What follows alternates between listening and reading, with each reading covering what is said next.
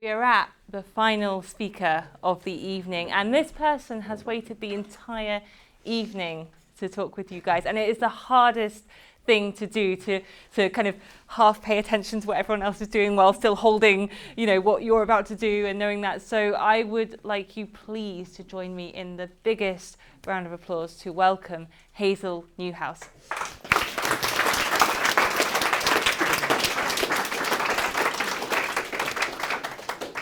Hello. Thank you very much. Oh, look, it's as tall as I am. Does it go lower? It does. Let's do that.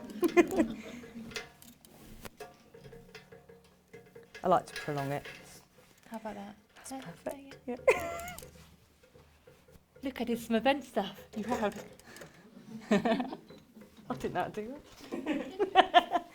First of all, can I just say thank you, everybody, for sitting here all night and just making this whole thing happen. Leah is so pleased that this whole thing's gone ahead.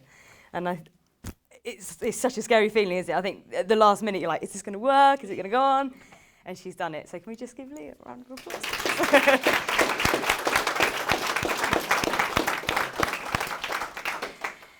Okay, now I get to do this bit. And I cannot follow those people who have spoken before me. They are honestly, they've blown me away. I think they've blown all of us away tonight. So I started out as a mummy blogger. I wrote about gadgets and technology, the craziness of consumerism, whilst having a baby. I have 4 children. I attended huge events with celebrities and the latest must-have products. But during all of this madness, we were exploring life behind the scenes, living self-sufficiently. The mummy blogger lifestyle just didn't fulfill me anymore. I started to write about saving money and saving the planet. I was getting my children involved in our adventures, and they loved it. After a few years of being a mummy blogger, my audience started to change. No, evolve. I realised this when, surprisingly, I was nominated for a Green Blog Award back in 2016, which I didn't win. Probably for the best. Self-sufficiency is more than just growing food. It's about teaching our children and peers about the joys of fending for oneself and realising that you are an amazing human being who doesn't have to rely on other people or huge corporations to survive. It's about teaching our children and our friends that their future can be a happy one that isn't filled with consumerism or money. Would you like to live more self-sufficiently?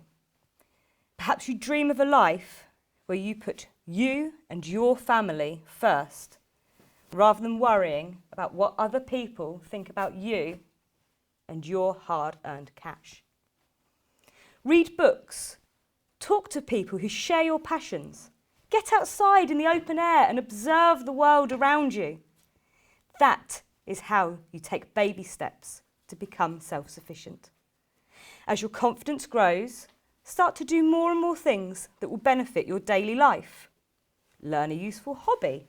I crochet and I enjoy making household items. Particularly good at dishcloths because they're just squares. But I need them.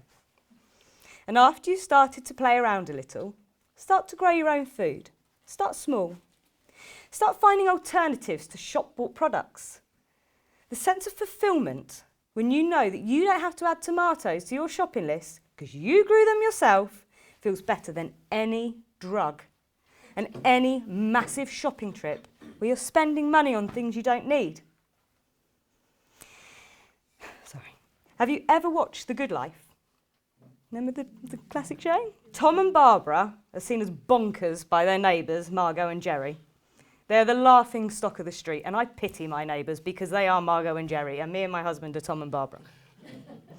They have their ups and downs together, but they succeed.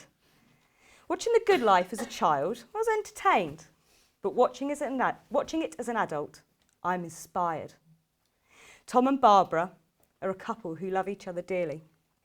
They support each other through thick and thin, but they are happy because they no longer have to rely on anybody else to live a wonderful and fulfilling life. My husband and I, we love each other dearly. We support each other and we work as a team. Yes, my husband does run a successful business, but we only have each other and our children to answer to. Many children in the UK have no idea where their food comes from. They know it can be purchased from the supermarket in a clean, sterile, plastic-coated environment, but they don't truly know where that food has come from. My 4-year-old can identify different types of seeds and what those seeds will grow into. They can visit the chickens and collect the eggs in the garden, and they can freely walk around our land and pick fruit and vegetable to eat unwashed as they please. They can get as muddy as they like, and yet they never get ill. They're the happiest children that I know.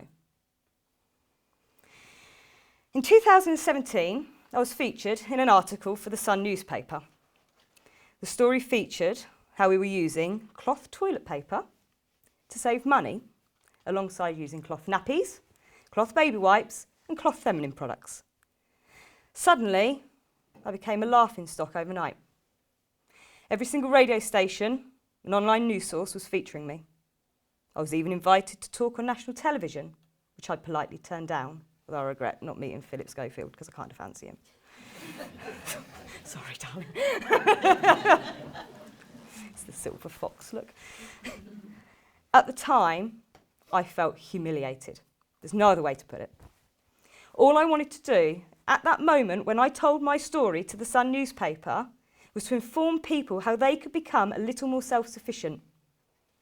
But with humiliation came pride, as strangers started to message me, saying that they too use cloth, or that they had been inspired to use cloth too. Okay, my example was an extreme one that not many people would think about doing, but it started to plant the seed in people's heads, where they realised that they too could make small changes that would make a massive difference to their lives and their wallets. I realised that I was inviting people to self-sufficiency, and I'd almost become a poster girl for the modern self-sufficiency movement. The only thing I would be a poster girl for, that's for sure. For every 100 people that laughed at me, one person looked up to me. Those few people made me proud. The hundreds of trolls forgot about me overnight. Short period of time passed and the news stories got less and less on my feed, where people tagged me going, "Is this you? Spotted you on the news again." But I remember the positive messages from the small percentage of people. It felt amazing to know that I'd opened up people's minds. Don't ever feel guilty for what you are today. Don't feel guilty about what you were yesterday. Feel excited about what you will become tomorrow. You have the power to change you. You have the power to change other people's lives and the world around you. If we all work together, it will be easier. And in a world drowning in plastic and consumerism, I think it needs a little bit more self-sufficiency by all of us. Our future generation depends on it. We need to make self-sufficiency the new normal. Thank you very much.